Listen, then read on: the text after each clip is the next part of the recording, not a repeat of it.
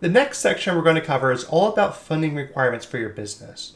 So most businesses need some sort of capital to get started, or at some point in their life they will. So what you're going to do in your business plan is talk about that, right? You're going to lay out how much capital you need, what you're going to use it for, all those types of things. So in this section, we're going to talk more about that in detail. If your business plan is to secure financing, that's one thing. And if it's important that your business acquires capital to get started, it's really important you put a lot of attention and time into this section and be really explicit about what you're going to use that money for and how much you're going to need. You're going to want to specify the amount of funding you need over the next, say, 3 to 5 years and the plans to use it. You want to explain what's going to happen in each year and why. You're going to explain the type of funding you seek, whether it's debt or equity, and the required terms that you're offering. The funding requirements section of a business plan is crucial when seeking financial backing from investors or lenders because it clearly outlines the financial resources your business needs to operate and grow over a specific time frame. On the next slide, we're going to talk about some of the critical elements that go into this.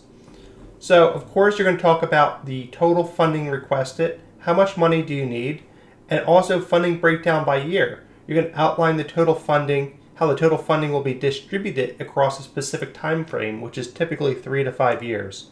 This will demonstrate a well thought out resource allocation.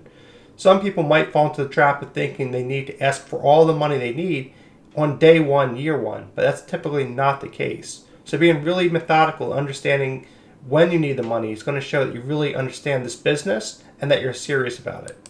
In addition, you're going to share how you're going to use those funds. So you want to provide a detailed breakdown that shows clearly how you're going to use the funds for each type of business activity, whether it's product development, marketing, sales, operational costs, or inventory and manufacturing. You've got to say what this money's going to and why, when, and how. The next section that you want to focus on is the type of funding sought. And there's pros and cons to each type of funding that are out there. The first is debt versus equity. So you're going to specify whether you seek debt financing, which is loans, or equity financing, which is an investment. Debt financing requires repayment with interest, while equity financing gives investors partial ownership of your company, which, it's not bad. It's good in one way and bad in another way. The key is to be educated. The debt terms, if applicable.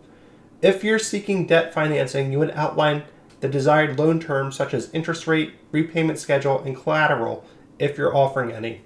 And then if you have equity you're trying to raise, if you're seeking equity financing, specify the percentage of the ownership you're willing to offer to investors and the valuation of your company.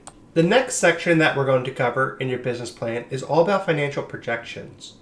And here we're going to outline the financials of the business. So before we talked about some of the bigger picture things, the organization, structure, financing, now we're going to talk about what the dollars and cents look like. So what you're going to do in the financial projections section is the following. You're going to use this section to include detailed forecasts, including the income statement, balance sheet, cash flow statements, and capital expenditure budgets for the next 3 to 5 years. You're also going to highlight the assumptions you've made in your forecast. If you have existing financial data, you want to include it here to support your projections. So typically when you create financial projections, you want to base in as many assumptions that you're using as possible and make those clear. You don't want to just kind of pull numbers out of the air and throw them on a paper, because that doesn't add anything to your credibility with those who are looking to potentially finance your operation. The financial projections section of a business plan is critical for understanding the future economic health of your business. You're going to provide a roadmap of the anticipated income, expenses, cash flow, and capital needs over a specific time frame. On the next slide, we're going to talk about what key elements are involved. So if you're not familiar, the income statement is known as the P&L, and this will forecast your future revenue streams and operating expenses, ultimately calculating a projected profit or loss. On the balance sheet, also known as the BS, this provides a snapshot of your company's financial position at a specific point in time, which will outline your assets, liabilities, and shareholder equity. The cash flow statement will project your future cash inflows and outflows, ensuring you have sufficient liquidity to cover operational needs and debt obligations. And then your capital expenditure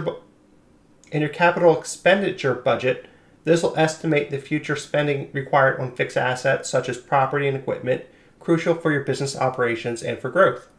When it comes to making assumptions and documenting those within your business plan, you want to ensure that your financial projections rely on a series of assumptions about the future market conditions, customer behavior, and your business's performance.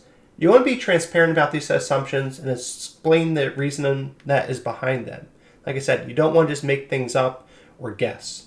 So even though it's a forecast, you need to have something that you're basing your assumptions on.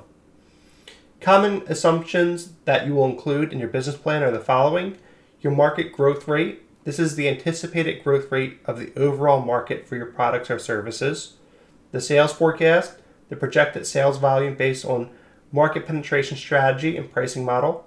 Cost estimates, which are forecasted expenses for manufacturing, marketing, and personnel. You also want to be able to stop and think about and document the limitations and risks that are going to come into this section.